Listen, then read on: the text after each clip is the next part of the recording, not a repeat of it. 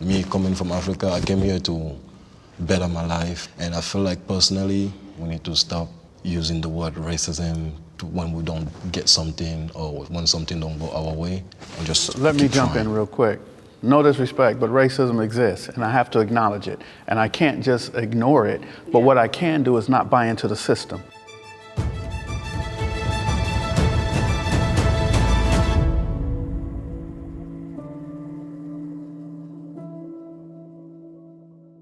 Step forward if you agree.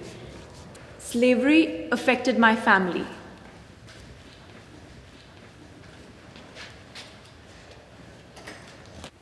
Yeah, I mean, that's just evident in my last name, King. I mean, that's the brand of the slave owner that put that name on my family all those years ago, and I'm still wearing it. In those ways, along with the compounded, economic disparity, social disparity, mental trauma, all of that, I mean, it's tethered forever.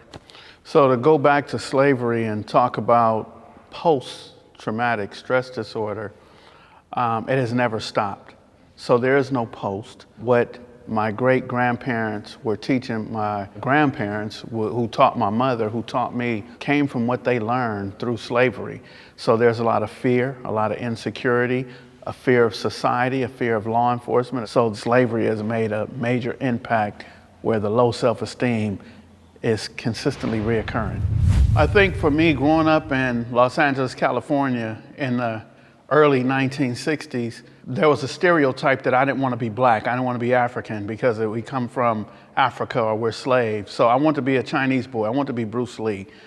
So growing up like that, I didn't like myself and who I was. I didn't like the color of my skin or the way that I spoke. So I emulated other people. I wanted to be something that I was not.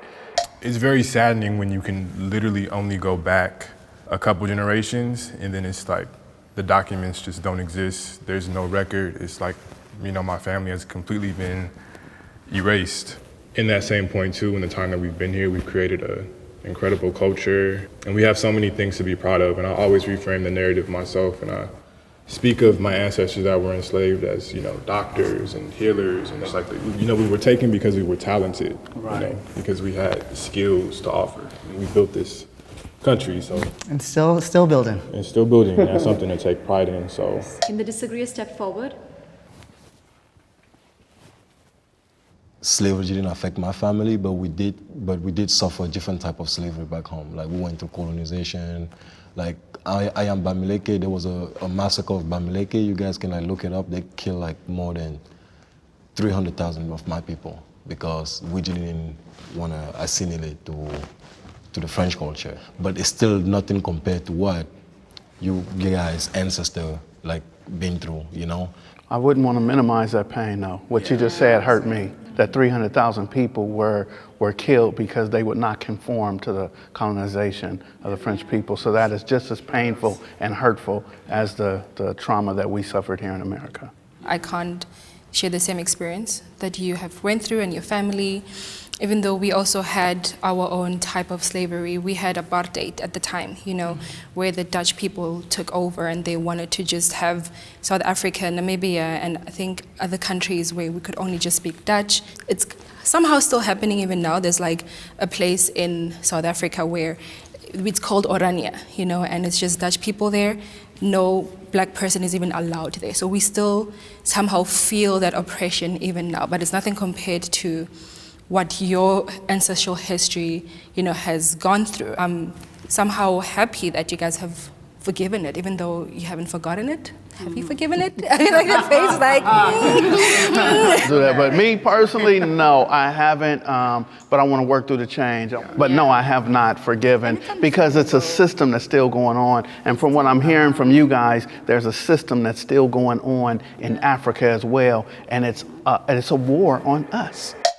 Racism is the main cause of poverty among black people in America.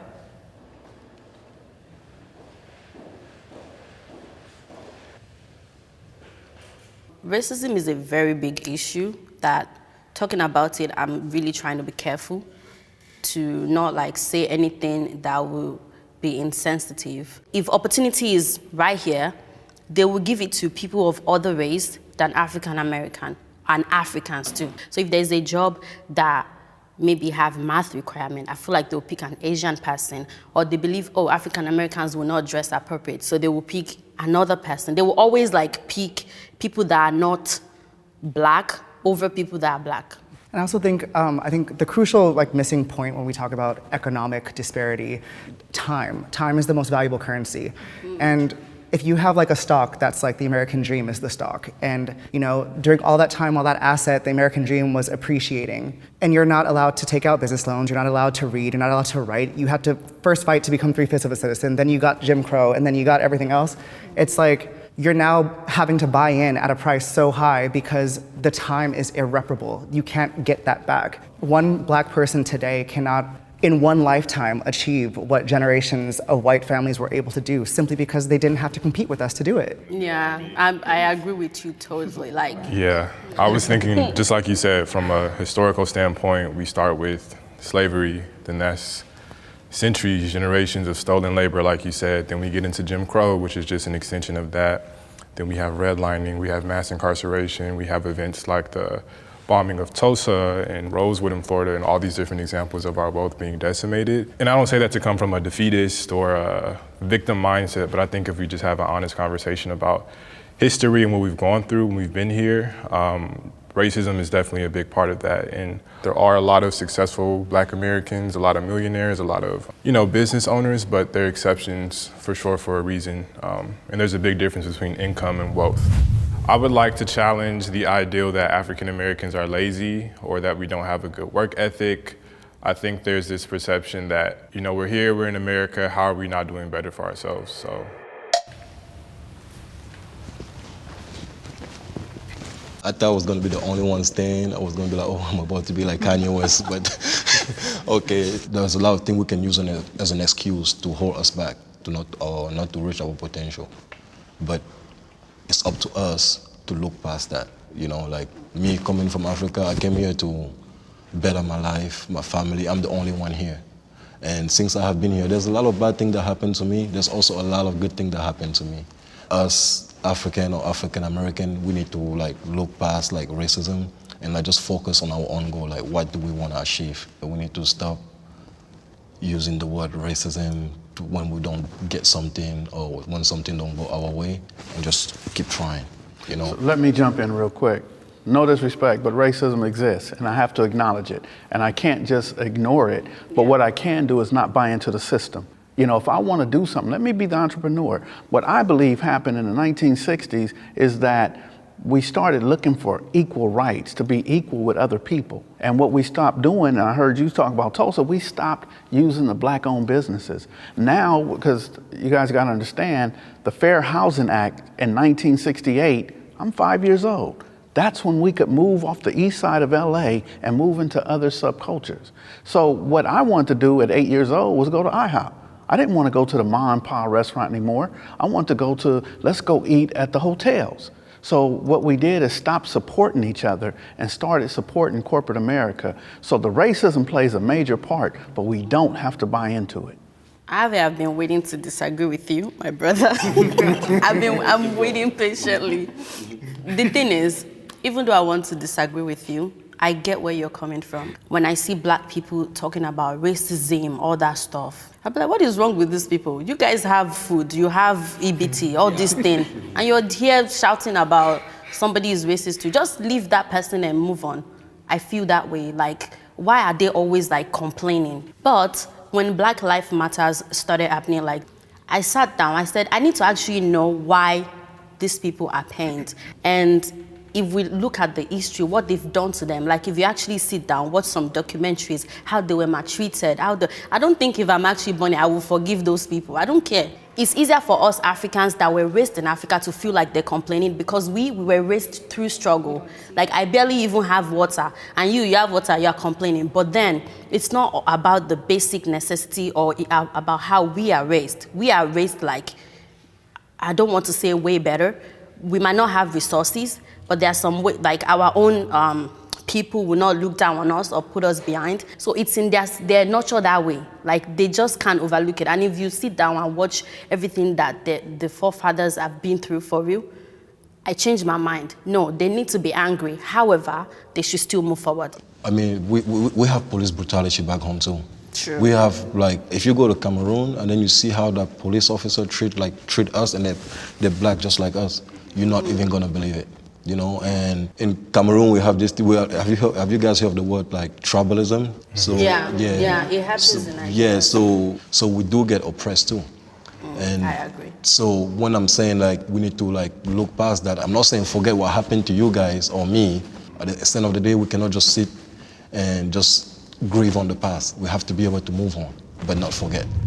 If I could choose a place to live, it would obviously be my country. I love my country, but right now, my country is not the best choice for me. There's a little genocide going on in Cameroon right now. So many innocent lives are being taken. If I was still in my country, the opportunity that I have here, I would not have those opportunities there. Hip hop reinforces stereotypes about the black community.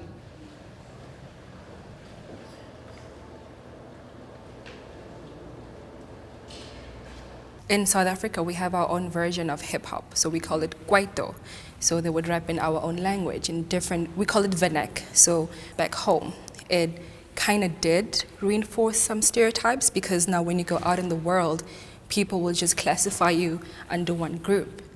And growing up, also looking at American entertainment, looking at the hip hop that's done here, I'm like, oh well, you're rapping about drugs, you're rapping about this. Of course it's going to happen. Of course you're going to go to jail. But getting older, you see the culture as well of hip hop. I had to understand that there's a culture within that. I was alive when hip hop started, and it was during a time where people rapped about what they saw, what they wanted in life. And then it became where people rapped about what they had been through, what they had gotten over, you know, used to sell drugs, used to hurt people, but now this is who they are. And I think it's gotten into now, and in our day and age now, it's where people are glorifying and wanting to pretend that these are the things that they do on a daily basis when it's not. So it went from storytelling to now really it's truly storytelling, but it's unhealthy for our culture. I don't want to on my radio and all I'm hearing is, I put a bullet in it, something. Like, I'm like, eh? That's what you would do? No, like, sorry. And then it's like, it's all about like talking about female body type, the booty, the thing. Like, don't talk about my booty like that. So I don't want to listen to something that portray me as a female that way, or something that is talking about how you put bullets in my head. Like, if you actually do not come to America and see for yourself, you would think that most African Americans are carrying guns around and they just shoot randomly, or they just grab your ass or something like that. That's the way the music portray them. And music is a very important element in our society because it influences a lot of people, both young and adult, and then they kind of see all those stuff and they act like that, even though that's not what they really want to be. They act like that and behave like that. Like if all these rappers are your role model, then you want to be like them. You want to be cool too. So in the end, it's about like the people that are packaging the music, and sometimes about trend is what people want to hear. The American dream is only for white people.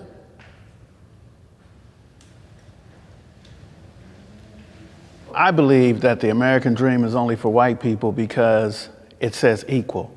And when we talk about equal, there's no equality between the 1%, the Rothschilds, the Rockefellers, the Trumps, and the people who really run the media and things of that nature. So for black people growing up in America and living in America, we could become rich, we could become wealthy, but we are not on the equal playing field of white America.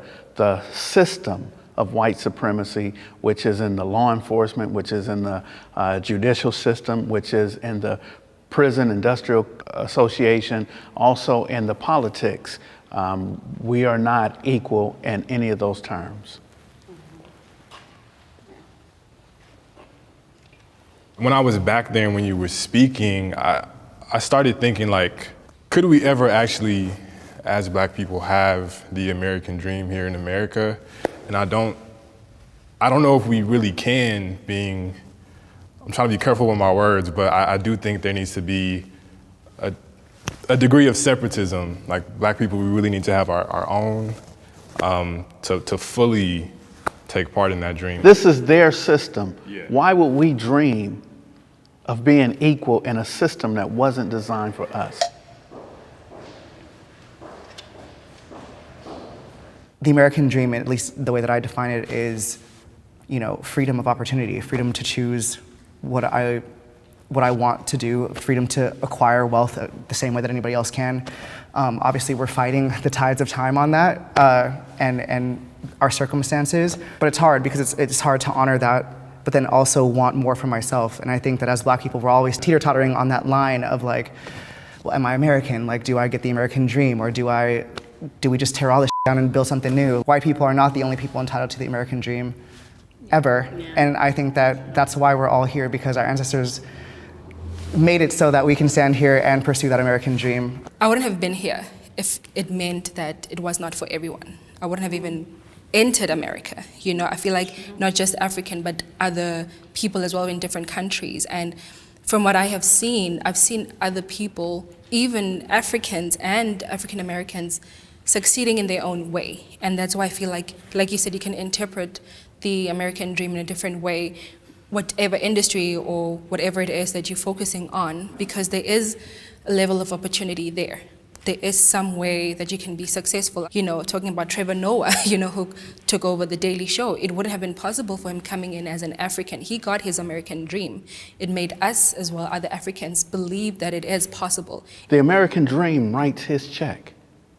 So he gets to have wealth or whatever it is that he's experiencing, but the American dream is the one who writes his check, not him. I agree with you. I agree with you. But do you see how we would put it as he had his American dream, even though someone writes his check? But for him, or for some of us looking at it on the other side, that's his American dream, because his goal was to get there.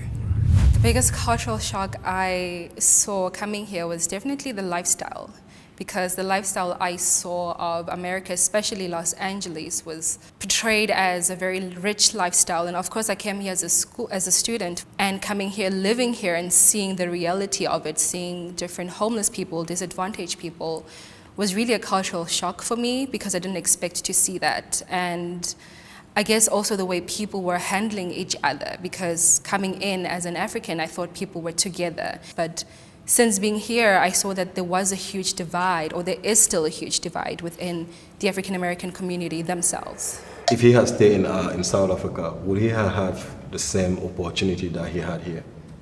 No. So corporate is writing his check, but like us growing up, the reason we move here is because we don't have it better back home. For me, I'm the first person ever in my family in America. Everybody else is back home. Everybody's depending on me. All of them, my mom, she's dying to come here. She's willing to do anything just for her to be in America. So for me, when I look at those little things, I'm like, yeah, American dream is for everybody, we might not have the same opportunity as the white people, but there's still that little chance that a lot of us back home are willing to take just to get here. I trust law enforcement. I don't have a thing to say. All right, can the disagreeer step forward?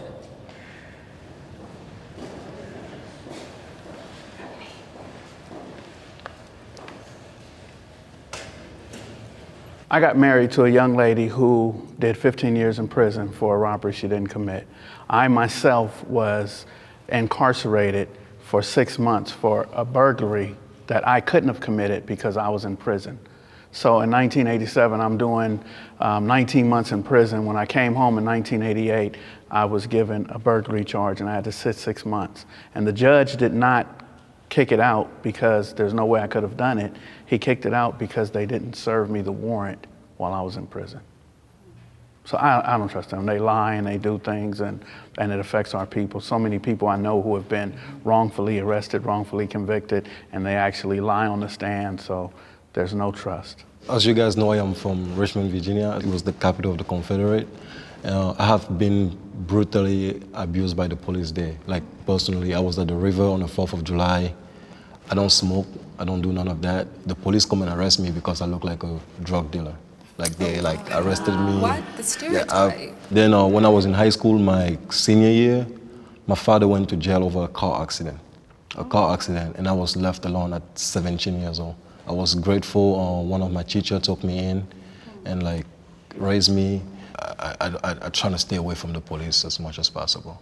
First of all, they're human beings, and I think that just because you put a badge on doesn't magically bewitch you with like integrity and a desire to actually help the people around you. I think a lot of times police culture comes from police families.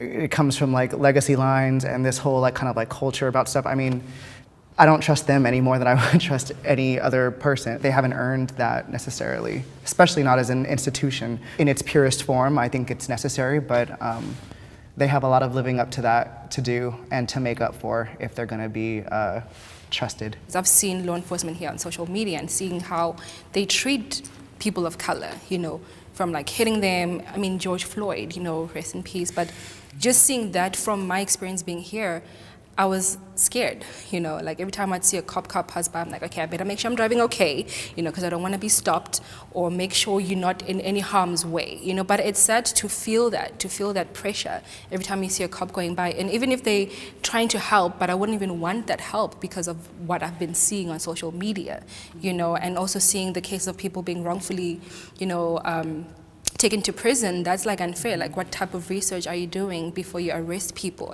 And I immediately thought about the history of the police too, just tracing that back to slave patrols, which became our modern day police departments. And oh, the fact that like if you have a felony, you can't vote. Like that to me is like, talk about the loss of the American dream. Like you are a citizen of this country, you should always have a right to vote. We are obsessed with race in America.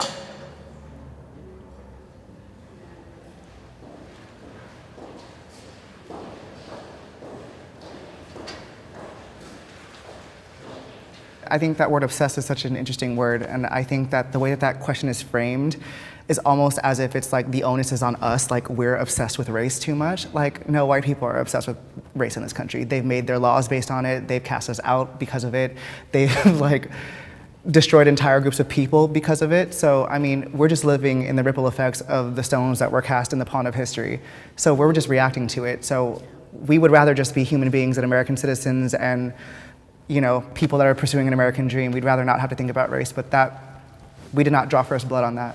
what else do you expect? Yeah, like, I given the mean, history, I'm not like, obsessed. Yeah, it's, For me, being in America give me an opportunity to like meet and like discover so many different culture that I would never see if I was in my country. I would just like maybe hear about it on the news. Yes, I agree. I think they are very obsessed with race. Even when you do like an easy application, like it doesn't matter what application you do, they want to know your race. They want to know, you know, why they don't have a category for Africans. Exactly. You know? That's why I'm checking out every time. They want to know everything. The thing that pissed me off the most is that when they see you and they be like, oh, you have an accent. Where are you from? Like, who cares where I'm from? Just sell me this thing and let me keep going. And then when you tell them that you're African, they be like, what country? Yeah, they're so obsessed with where you're from. She be like Wakanda. Like, I don't believe that there's an obsession about race in America. I believe that race is a distraction to hide the power, the wealth, and the access to it. So a lot of times there's something put on the table, like a rock being thrown, and I hold my hand, and that's the racism between black and whites, between blacks and Hispanic, and other cultures have come here.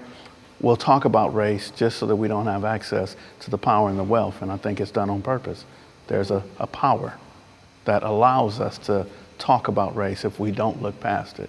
some of the question prompts that I see differently, and then when I hear somebody say it, I'm like, that actually makes sense coming from their perspective. So it's been really beautiful having this conversation with you guys. You guys are very knowledgeable, and I've learned a whole lot from each and every one of you today. Going into this with like the title of the series, like African versus African American, I think that like people were gonna come in thinking that we were gonna be like guns blazing, but this is such a beautiful display of unity. I love it. It like gave me so much life today.